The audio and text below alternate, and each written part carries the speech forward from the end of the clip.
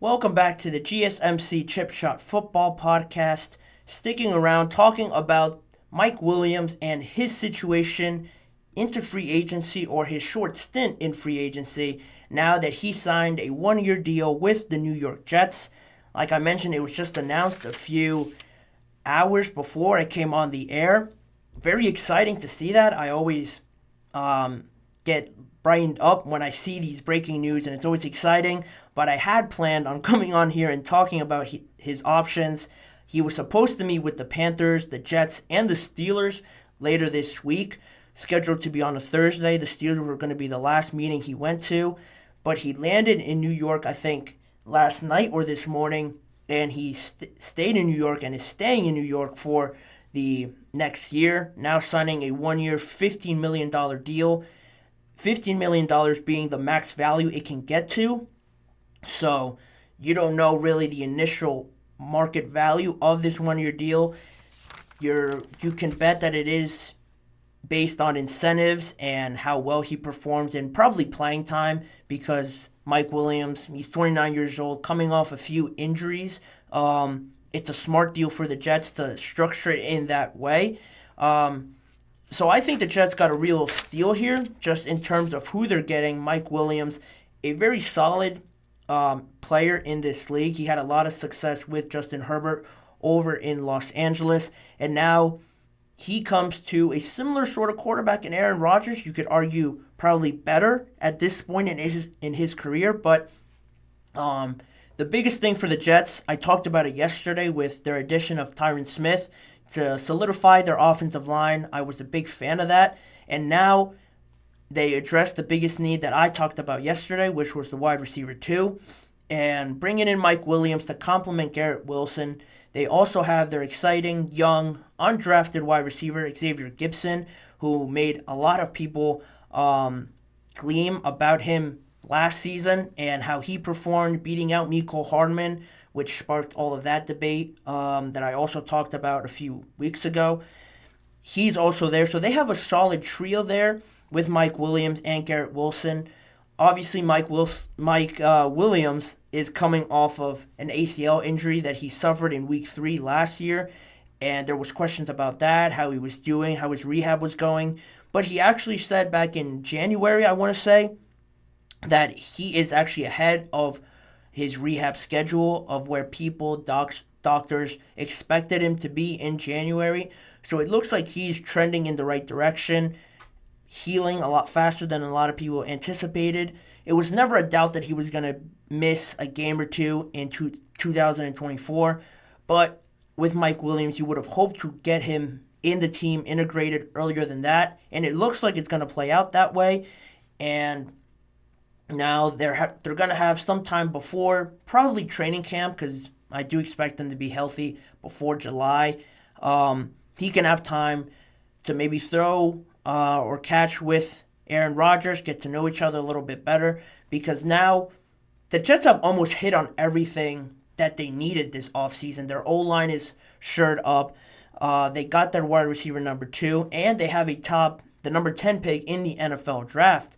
So now you even have more opportunity open up for this team. You could trade that pick away if you want, or I saw in the latest mock draft, I think by Mel Kiper, that actually dropped today, he had the Jets drafting Brock Bowers from the University of Georgia, just to add even more weapons to that offense.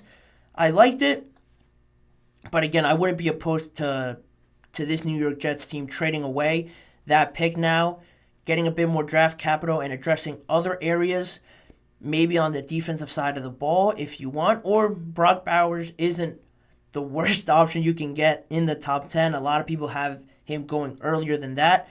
But if the Jets can get him at 10, I think to support that point, I think you can't really pass on him, because he's been mocked all over the place. I've seen him from top 5 to in the teens with some of these picks. So I think getting Brock Bowers would be great, but I think the Jets now have more opportunity, which is the biggest thing. And for their franchise quarterback, Aaron Rodgers, you don't want to say time is ticking, but he is getting older. He's coming off of a bad injury for a quarterback. So all those questions that you had around Kirk Cousins and his Achilles injury, you're most likely going to have with Aaron Rodgers. And the Jets address some of these issues that could harm Aaron Rodgers even more or hinder his performance, addressing the O-line. You have a stud running back in Breece Hall now, and Garrett Wilson. If he is double-teamed, now you have other options to look for in Mike Williams, Xavier Gibson, and potentially Brock Bowers. I'm liking what the Jets are doing. They're having a sneaky good offseason, and touching a little bit on the topic before, I thought, quite honestly, I was going to pick the Jets as his best landing spot on the prior topic that I had coming into today. But the Panthers, I thought, weren't that far off of being the best team for Mike Williams. The Steelers were there, but I didn't think the Steelers were going to get anything done. It would have been almost too good to be true in just a week and a half for the Steelers to bring in Justin Fields, Russell Wilson, Patrick Queen, Deshaun Elliott, send away Kenny Pickett, Van Jefferson also coming in. I thought it would have been too much, too good to be true for the Steelers.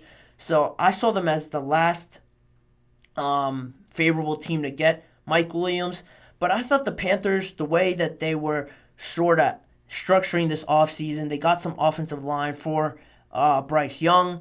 They brought in Deontay Johnson, trading for him. You could keep Adam Thielen around. He had a good start to the season last year, but kind of tailed off towards the end. If they would have brought in Mike Williams, I would have been a big fan of that. And they would have had something cooking over there for Bryce Young a little bit to see that development, that full potential that he would have had in the later half of the year. He had it in spurts, but now it seems that he's obviously going to the New York Jets. It's exciting to see, and now you could start flirting with the idea that with this New York Jets team, where they stand in terms of competing and seeing it out against a Buffalo Bills team that lost a lot of crucial pieces on that defense.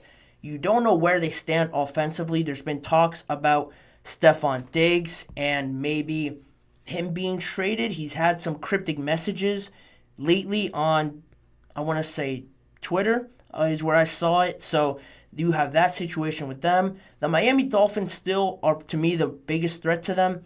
The Patriots are in full rebuild mode, so they're not really a factor. I think at this point the Jets are looking better than the Buffalo Bills, so they really have the Dolphins right now to compete with. And I keep touching on this idea like I did yesterday with this whole idea that the Jets are Super Bowl contenders. Last year they were pretty fraudulent in that aspect because they really didn't address these issues like the O-line and getting more weapons for Aaron Rodgers. Now I think you could really get to this point and start thinking about what this team could look like in the later months, in a December, January, where they could be playing for meaningful games and meaningful consequences for these games in the playoffs. A bigger point that I wanted to touch on, also Garrett Wilson has done a great job of developing, even when he's been missing that number 2 receiver.